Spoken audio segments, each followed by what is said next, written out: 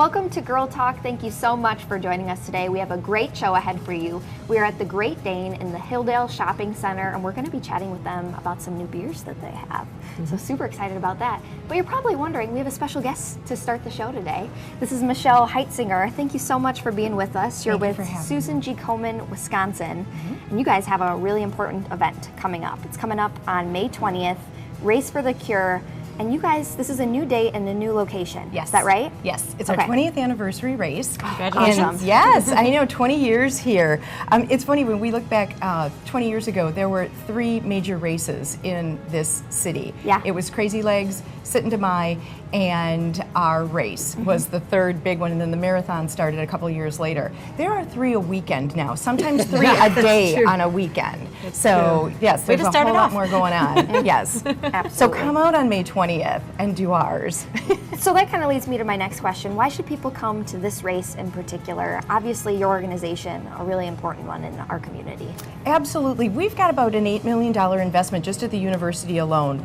Money raised here stays here. So Komen is big, but Komen is local. Yeah. We are the largest breast cancer organization, second only to the U.S. government in funding of breast cancer research. But when you come to a local Komen race, you're funding right here in our community.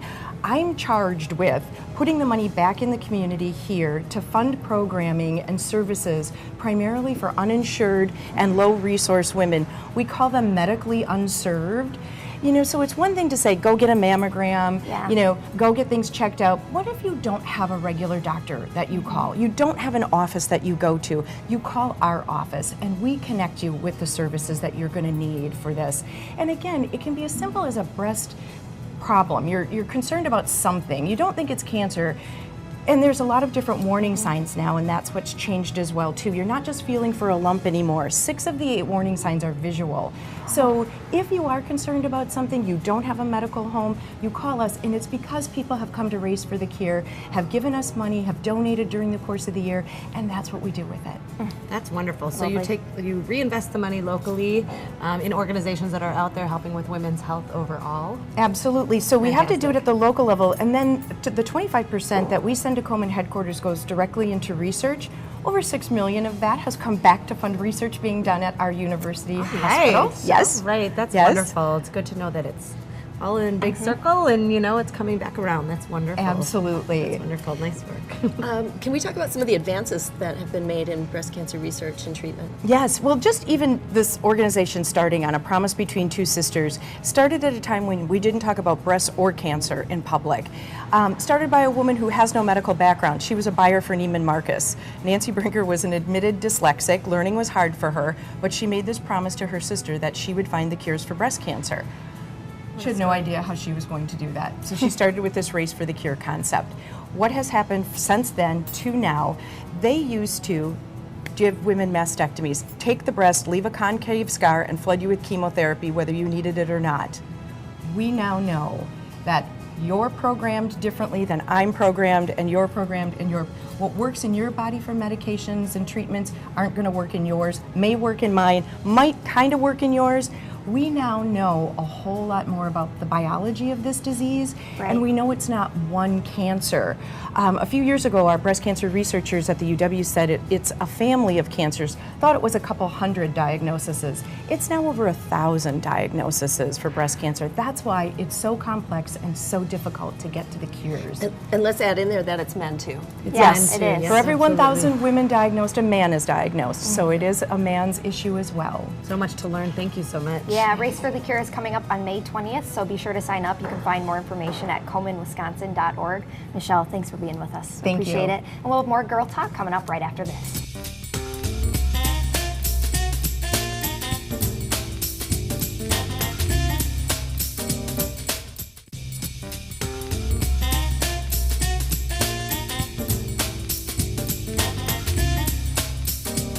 Welcome back to Girl Talk. We are at the Great Dane today in the Hilldale Shopping Center, and we're kind of sitting up above everything else. This is a really cool spot if you guys haven't been here before, and we'll be chatting with them a little bit later on in the show. But first we have Arlene DeForest. She's our bridesmaid extraordinaire. Prom, homecoming, you guys have Whatever. everything. Moments to Cherish Bridals in Verona. Thank you so much for being with us Thank today. you for inviting me again. Absolutely. And you kind of are a jack of all trades.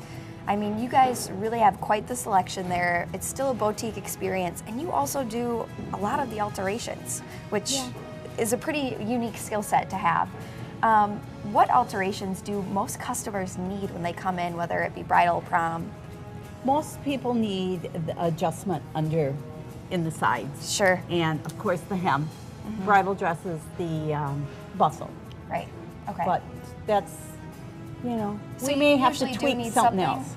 Okay. Yeah, usually. You gotta plan on that. I think we all hope to go in and just slide on a dress that, fits like a glove. You want to have that moment, which you can get pretty close to, but most of the time our bodies don't all look the same. Right. And that's okay. Yeah. So it is rare for anyone to be able to pull a dress off the rack and have it fit perfectly. Correct. Alterations can really make a big, big difference in how it looks, how it feels. And so let's talk about cost. And I don't know, some people might feel like it might be prohibitive and they just go with the rack version. How do you charge? How do you feel that? We base it on whatever needs to be done. Most of the time the sides on a bridesmaid dress will be about $45. It's not bad.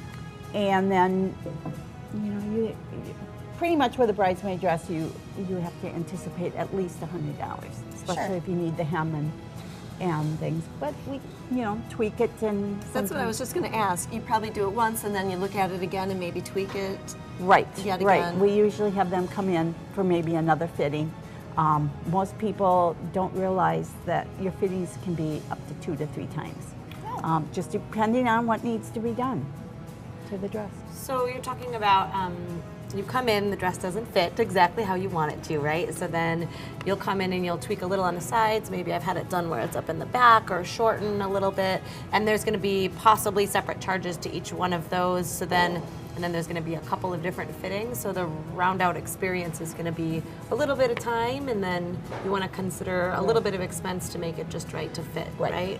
So altogether, you think 2 to 3 fittings is pretty typical, or have you seen people have to do more? Bridal dresses a lot of bridal, times okay. will Okay. be more. I mean, it just depends on, some brides, they order, because you have to order the dresses so far in advance and Right. things. And then most people are do- working out and Right. They Sometimes change you the- have to adjust them a little bit more than what you anticipate. right. I want to know if you can do adjustments to make things longer, because I have patterns with sleeves and things usually aren't long enough on my hem. I need longer stuff. Well, you just usually order The bigger especially size and that, not so much that, but you can order like extra length on the dresses and so that you accommodate for that. oh, like you can order an extra long pair of pants or something like that. The dresses come in longs Yeah. and talls. Yeah. I did not know. Perfect. Yes. Yes. So talking about bridal, if somebody did just get engaged and they're all excited about getting married, what is the average cost, I guess, of a wedding dress? A wedding dress, based on what you're looking for. Sure. The more destination dresses, those are cheaper. Sure. Most of our dresses start at between $500-800 for destination. That's not bad though. I mean, I don't know if you guys ever watch those bridal shows, and they're like thousands and thousands of dollars, and I'm like, oh my gosh, I'm gonna have to start saving now. And bridal dresses, I'd say on an average now, you're looking between $1,200, $1,500. My most expensive dress in the store is $2,200. Okay, that is So the you've got a gamut. big range, it sounds like. Right. And you guys have everything from bridal to bridesmaid, prom, homecoming, flower girl, first communion, everything at Moments to Cherish Bridals. And in Verona. alterations. And And alterations. Even in long. Arlene, thank you so much for being You're with welcome. us today. We appreciate it. And we'll be back with more Girl Talk after this.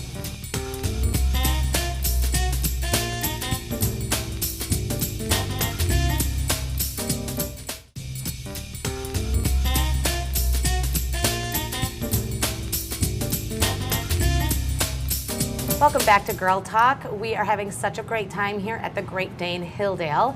We're up high, and behind us you get to look down at the first floor and some of the window work and some of the beautiful signs with the beers on them behind us on the far wall. So it just gives you a great perspective of really how big and beautiful this place is.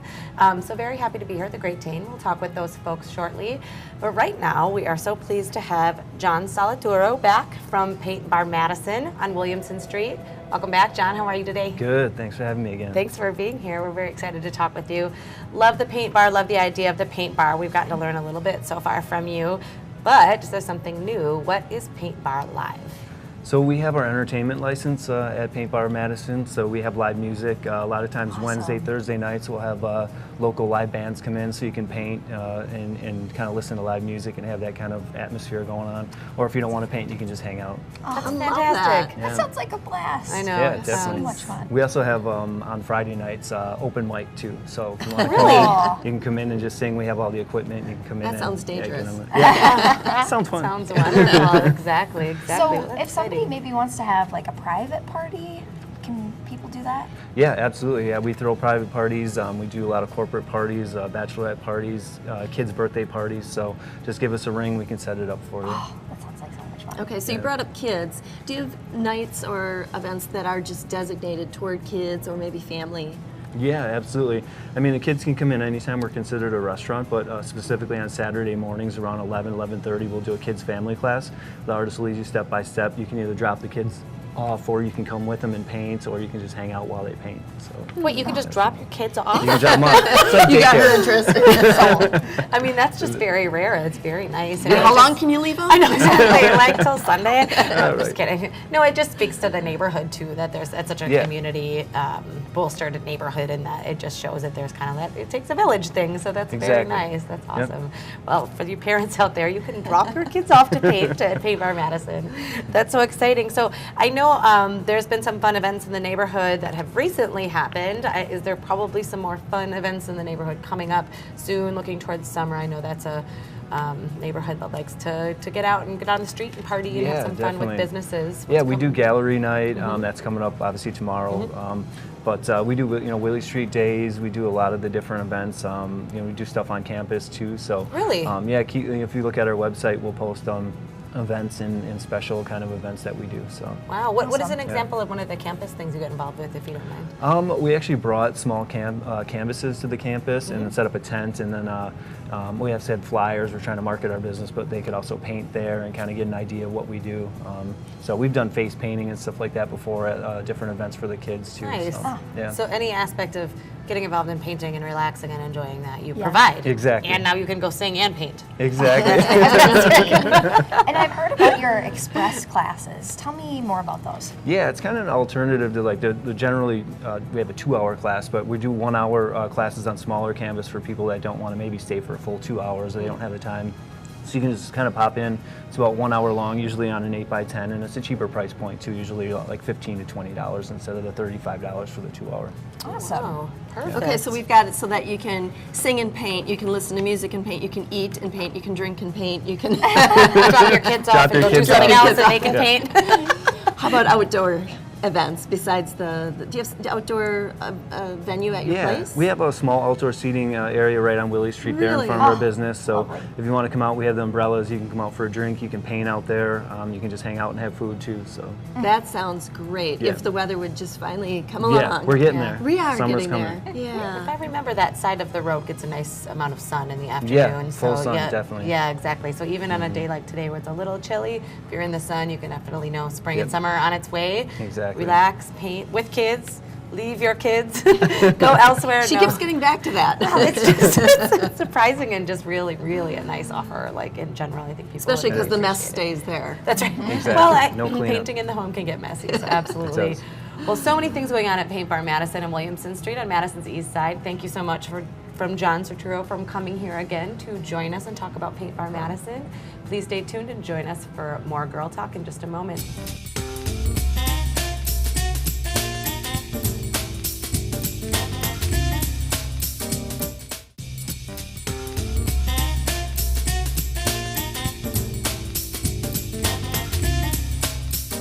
welcome back to Girl Talk. I am just thrilled to be in the brewery itself at the Great Dane Hilldale. I am here with head brewer, Nate Zukas. Did I get that right? Yep. And we are literally standing in front of the beautiful silver machinery that makes the wonderful Great Dane that we all know and love. Nate, welcome. Thank you for talking with me today. Yeah, absolutely. Okay, so we have a lot to talk about. Behind us we have the... These are fermenters. They're 30-barrel fermenters, and so each one of these holds approximately 60 kegs worth of beer at a time. Yes, 60 kegs. That's a lot of beer.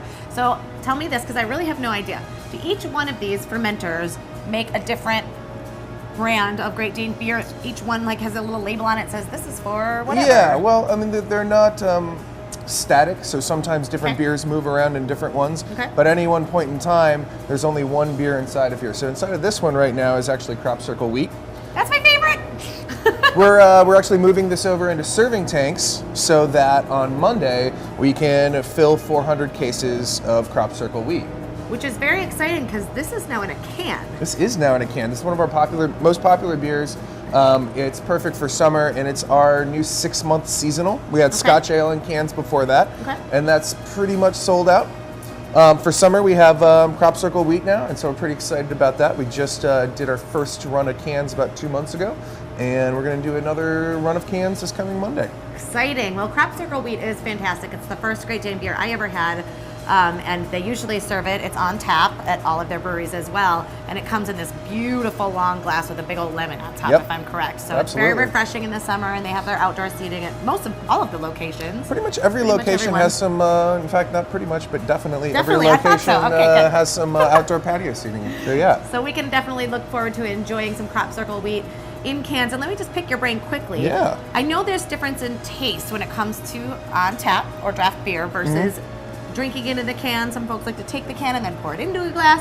Touch on a little bit what makes the difference there, if you could. You know, part of the sensory experience, or what happens when you taste anything, is that it's not just your taste buds on your tongue. It actually involves your olfactory or your aroma senses. So when you drink something, you're actually smelling and tasting at the same time, and that's actually what gives you the full flavor of whatever you're consuming. So you might, remember in the middle of winter when you have a head cold and you're trying to eat something and you just get really no flavor out of it. That's because your nose is stuffed up and you can't smell anything. Awesome. So this is some good knowledge about how everything is connected, and this is, correct me if I'm wrong, but where they get the idea or the statement, the bouquet, when they're talking about wine and beers. And beer. They both have bouquet.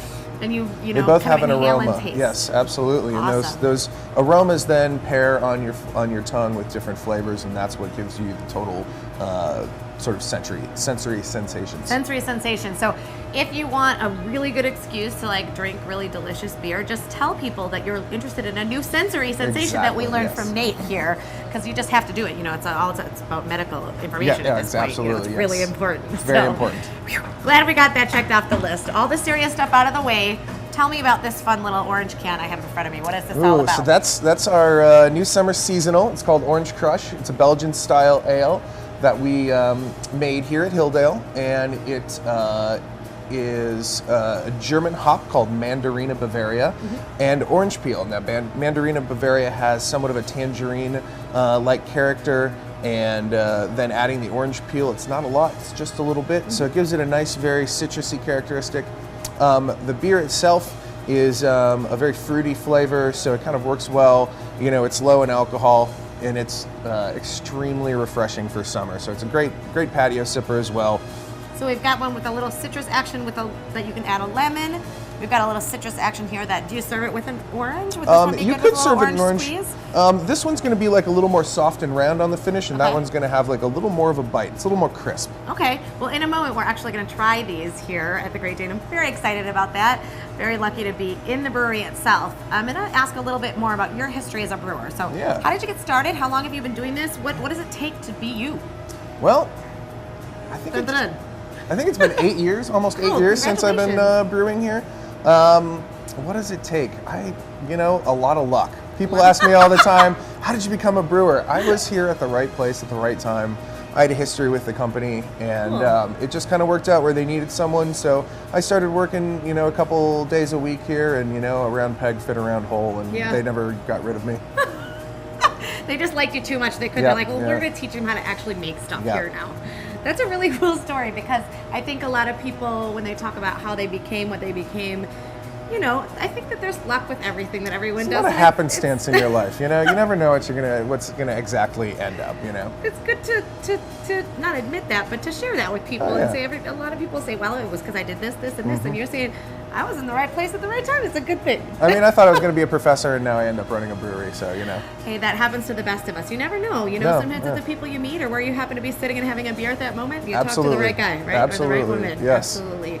So again, we are sitting here in the brewery itself. So this encompasses, there's each one of the locations has a brewery in the restaurant and bar, obviously. They make all their own beer on site. The breweries are set up a bit different within each Great Dane location. This one, the Brew House and the brewery machinery is all encompassed in one. What makes it the Brew House? What does that mean, the house itself? What's going on So there? the brew house, it's kind of an old term, and so back before they had, you know, CO2 injection and motorized pumps and all these things, beer had to be made with liquid moving with gravity. So it conditioned at the bottom in the cellar, so that's where it was then served from. But the first stage of it was brewing up top. Okay. And so the brew house, it was literally looked like a little house on top of a big building, and that is where your wort is made, and wort is pre-beer or pre-fermented beer. Wort. Wort, Oh, never heard of that W-O-R-T. before. Okay. So then you make that wort, which is a combination of a sticky sweet liquid and a bitter herb, so hops and barley sugar. And then that liquid is then put into a fermenter. So the brew house is literally just look like a house. So that's kind of how it got its name. Awesome. So we have a little bit of history happening here of why it's called a brew house. Okay, really quickly, let's crack these suckers open. Have a cheers. Cheers. Cheers to Nate.